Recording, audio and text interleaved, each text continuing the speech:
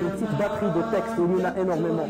Si nous devons tout dire sur ce sujet-là, on doit répéter je ne sais pas combien de dizaines de khutab qu'on a fait auparavant. Mais seulement un petit rappel. Allah Azza wa Jalla s'adresse au prophète sallallahu alayhi wa sallam pour lui montrer comment se comporter contre ses détracteurs, ceux qui se moquaient de lui. Allah Azza wa Jalla dit, et ils disent, ô toi, sur qui on a fait descendre le Coran, tu es certainement fou. Voilà une injure, tu es certainement fou. Pourquoi ne es-tu pas venu avec les anges si tu es de nombre des véridiques? Voilà la moquerie. Ramène les anges puisque tu es un prophète. Allah Azza wa Jalla répond, nous ne faisons descendre les anges qu'avec la vérité. Et alors, il ne leur sera pas accordé de répit.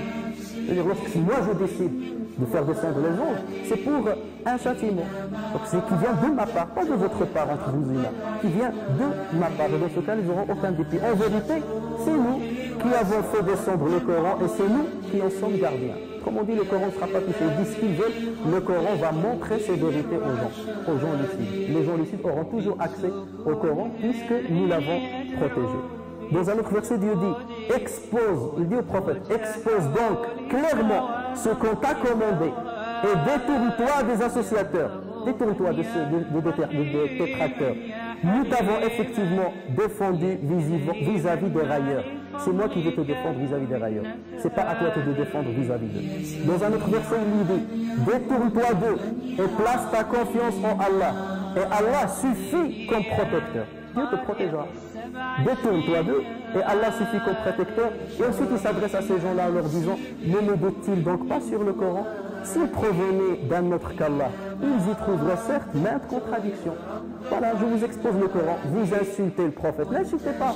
Allez critiquer le Coran directement. Allez critiquer ses paroles. Je vous expose le Coran, trouvez s'il y a des contradictions dans le Coran. Allez voir le texte. Pourquoi injurier des personnes? Lui, c'est un messager. Il vous transmet ce que je lui ai dit. Vous voulez l'attaquer? Attaquez-moi. Attaquez mes paroles. Attaquez le Coran. Lisez-le. Et essayez de trouver des contradictions. Regardez la logique avec laquelle parle le Coran. Dans un autre verset, là, je vous dis, voilà ceux dont Allah sait ce qu'ils ont dans leur cœur. Et là, on parle d'une animosité extrême. On ne parle pas de quelqu'un qui a fait une caricature. Là, ces textes-là ont été révélés concernant une situation plus délicate. C'est des gens qui tuaient les compagnons. Des gens qui tuaient les compagnons, qui ne laissaient pas parler, qui ne leur donnaient pas la liberté d'expression. Et malgré cela, regardez comment le Coran parle. Voilà ceux dont Allah sait ce qu'ils ont dans les cœurs. Il n'a pas dit ce qu'ils ont dans le cœur. Il sait ce qu'ils ont dans le cœur, pour ne pas les offenser. Ne leur tiens pas donc rigueur. Exhorte-les. Il n'a pas dit tue-les, venge-toi d'eux. Exhorte-les.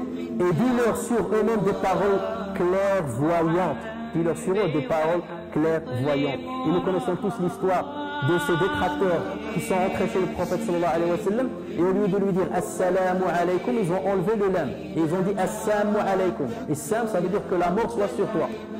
Et Aïcha était juste à côté du prophète. Elle a senti la ruse et l'insulte.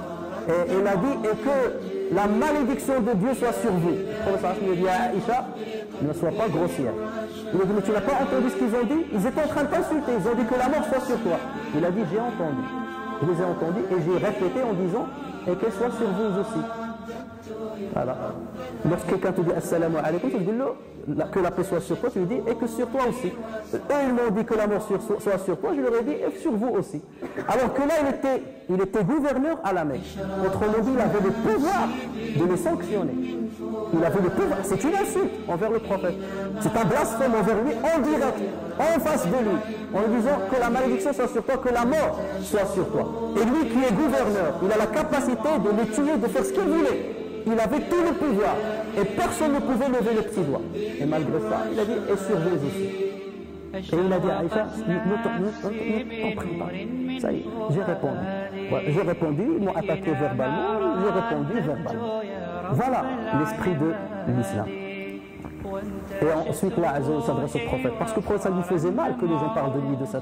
Alors que lui, il cherchait leur bien. Et Dieu s'adressa à lui en lui disant, et nous savons certes que ta poitrine se serre à cause de ce qu'ils disent. Ça te fait mal ce qu'ils disent. Aux musulmans, ça nous fait mal ce qu'ils disent sur vous. Et nous savons certes que ta poitrine se serre à cause de ce qu'ils disent.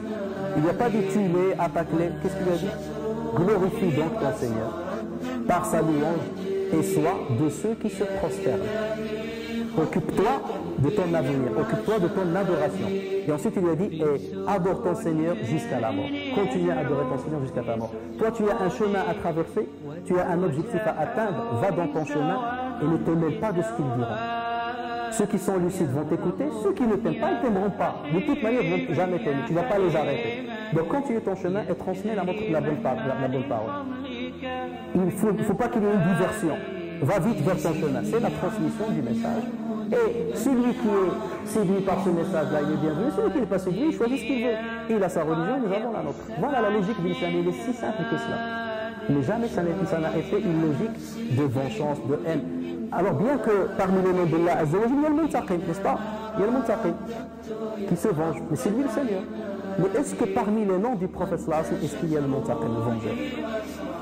Parmi les noms du prophète sallallahu alayhi wa sallam, il n'y a pas le vengeur. Jamais ça n'a pas été ça. Tout ça, c'est pour vous expliquer, chers frères et sœurs, que jamais le prophète s'est vengé pour sa cause. Jamais il s'est vengé pour sa cause. Ou pas, enfin, sa personne, je veux dire. Pour sa personne. Ou parce qu'il a été injurié. Ou parce qu'il a été touché. C'est pas à nous maintenant de venir dire je vais venger le prophète. Tu aimes le prophète, sois comme lui. Tu aimes le prophète, montre aux autres, à ses détracteurs, montre-leur qui est ce prophète-là, ce qu'il vaut, quel est son comportement. Ces gens-là ne savent pas qui est le prophète, ils ne savent rien sur le prophète. Ben, sois comme eux. Ils ont fait un journal, fais un journal toi aussi. C'est ça le vrai djihad, fais un journal. Et explique qui est ton prophète, et explique ce qu'est ton islam. Et explique que ce qu'ils disent, c'est quelque chose qui n'a rien à voir avec ta religion.